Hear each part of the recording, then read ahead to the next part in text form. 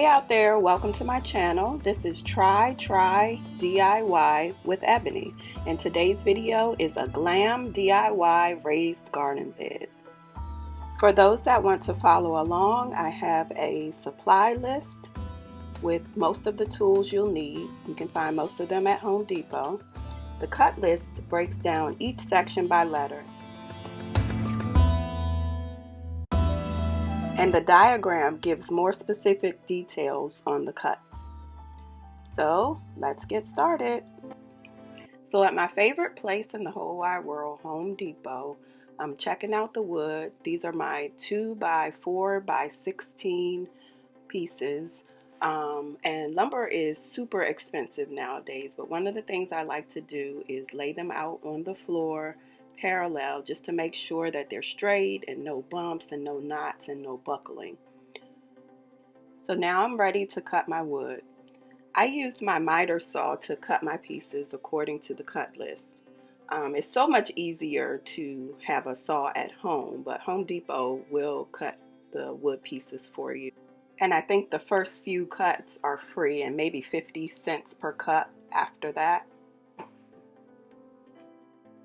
Here I laid out all my pieces to make sure I had everything, but clearly I did not because I forgot the two small 8-inch pieces. I sanded the ends of all the pieces just to make sure they're smooth using a sanding block, but you can use any sandpaper. Next, I lined up the first of the two long sides by laying 3 of the 46-inch line pieces parallel. I used a scrap piece of wood on the side just to line them up.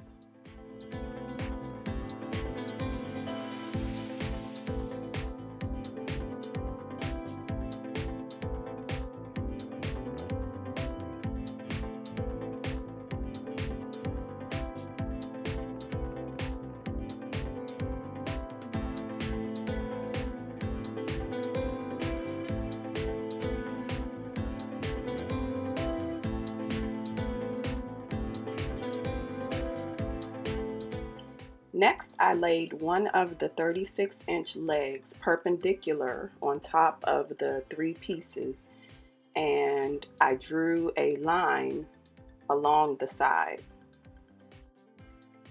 You're really just using the line to keep the leg straight and aligned.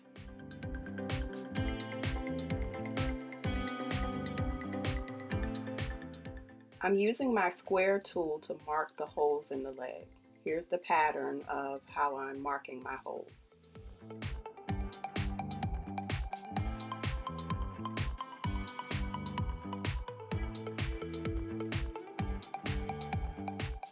Next, I'm using my 3/16 of an inch drill bit to pre-drill my holes. You always want to make sure that you pre-drill your holes so your wood doesn't split once you start screwing.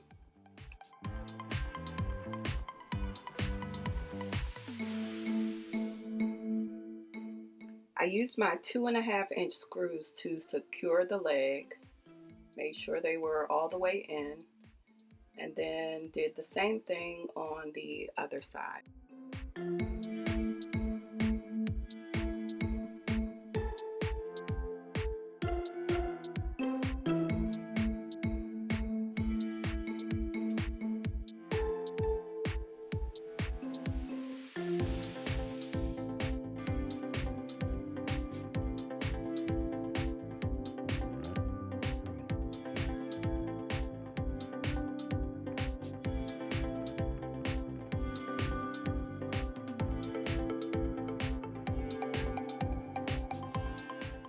I am all done and ready to work on the second long side.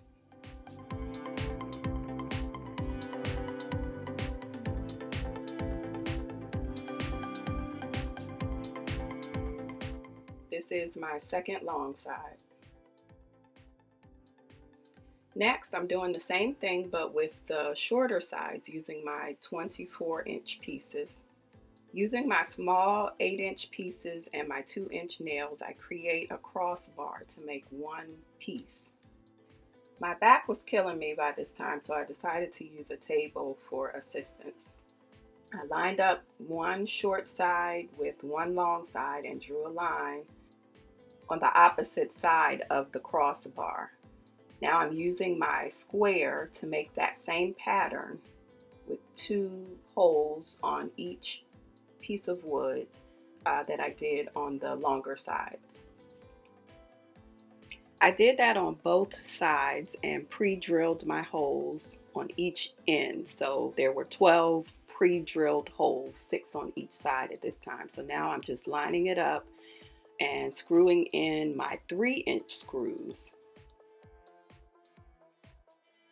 So one side is attached, and I'm doing the same thing for the other short side, marking, pre-drilling, and I am going to screw in the other side.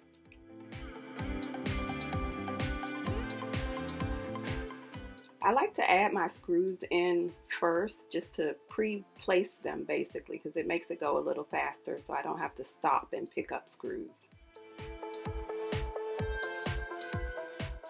So now I'm ready for my final side, and you can start to see where the garden bed is now coming together. It's looking like a real garden bed.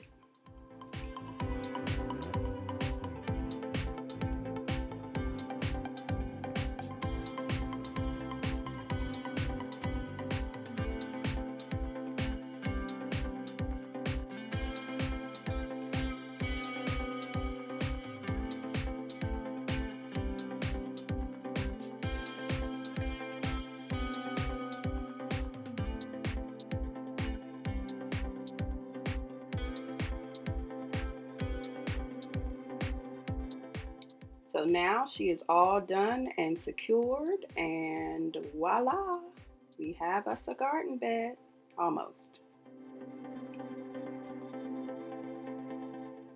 I decided to switch cameras, so the lighting is a little better now. I'm putting on gloves because I'm about to use the poultry netting, and sometimes that netting it can cut your fingers because it's just wire and the ends of it are very sharp. So you want to make sure that you have on some gloves to protect your hands. Here I'm just rolling out the netting, and I'm going to staple it down on one end just to secure it so that I can unroll it easier. Like I said, watch your arms and your hands, because if you do get cut with this wire, it's like an annoying paper cut. Nothing serious, but nobody wants to be cut. So here I'm using some heavy duty scissors to cut the wire. I'm just cutting straight across.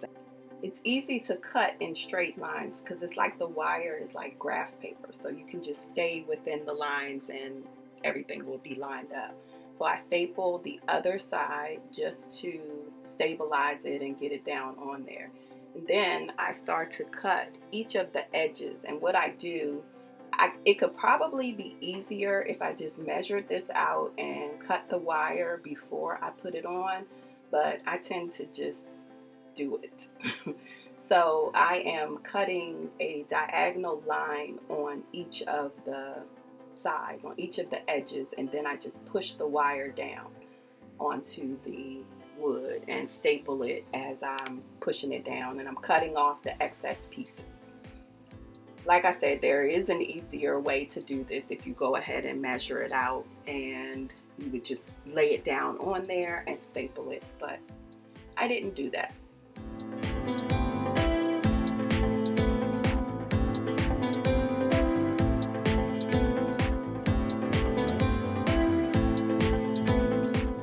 So now that it's all stapled down, there is a little overhang. Again, that could have been gone had I measured it out and pre-cut it, but I decided just to roll up the edges and do some trimming with my scissors. So that's what I'm doing now, and it's maybe about an inch off that I'm cutting. So I just go through and cut off those edges. Again, be very careful as this wire is coming up, especially when you're using longer pieces.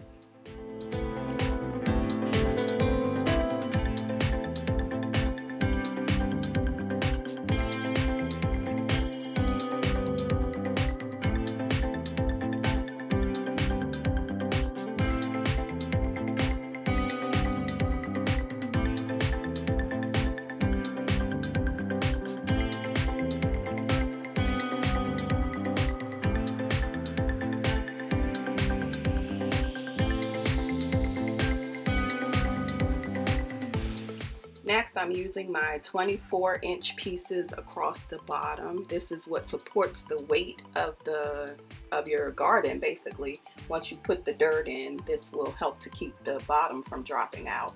So I line them up. This is not precise. I just kind of eyeball it just to make sure they're all parallel and have a good amount of space. And I pre-drill my holes once again. I'm using my 3-inch screws since I'm going up into the wood.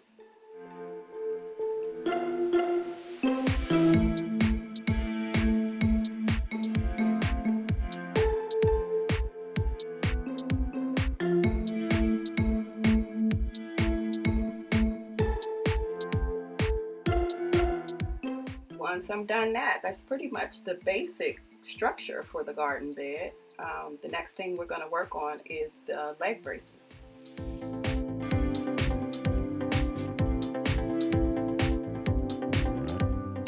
For the leg braces, I measure up 14 inches. Again, this isn't precise. You can make the braces as high or low as you want.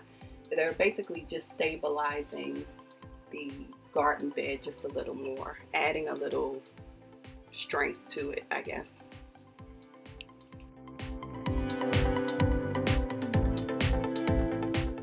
So I measured the distance between the two legs before I tried to put my piece in, and it wasn't as tight as I wanted it to be. So I did end up cutting another piece of wood for this. And this is where it's good to have some kind of cutting tool at home, whether it's a miter saw or a box saw with a hand saw on it, because some pieces you might have to cut to custom fit your pieces. Again, I pre-drill my holes, and this time I'm using my 3-inch screws to secure the brace.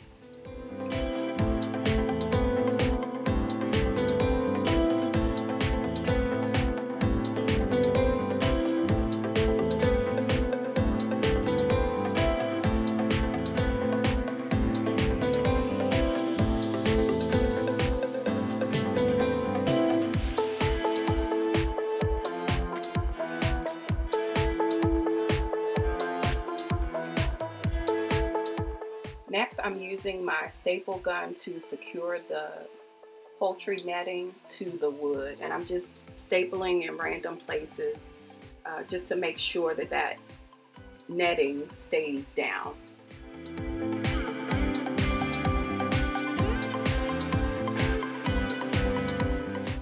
I unroll my weed blocker film and just line it across the bottom. It comes in a pretty wide roll, so it's kind of cumbersome to deal with, but once you get it down the way you want, you just start to staple it in however you'd like. I don't take mine all the way up to the top. I normally just go halfway and then just randomly staple it on there just to make sure it's secure. Here's the final product in all her glory. So as you can see, I didn't go all the way up to the top with the film. So on to the painting. I used a regular house paint that I had, regular latex paint that I had in the house. It's a light gray.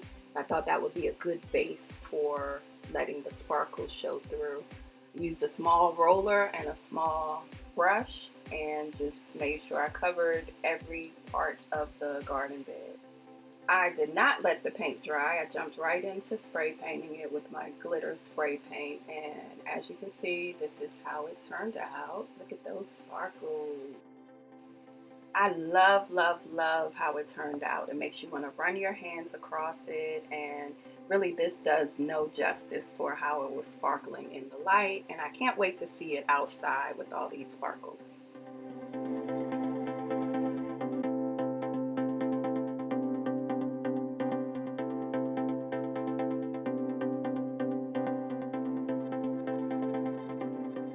I used my Cricut to create the word cultivate with some vinyl just to add a little pop to the garden bed. After I applied my word, I felt like something was still missing, so I added some beaded trim and 2 large rhinestones. I think it took it to another level and gave it a little more pop. I'm still thinking about adding some artificial flowers, but I'm working with what I have for now. It fit in so nicely with my other garden beds. I have one in a bright yellow that I love. It makes me so happy. I have another blue one. I like the contrast of the colors of all three, and I can't wait to make more.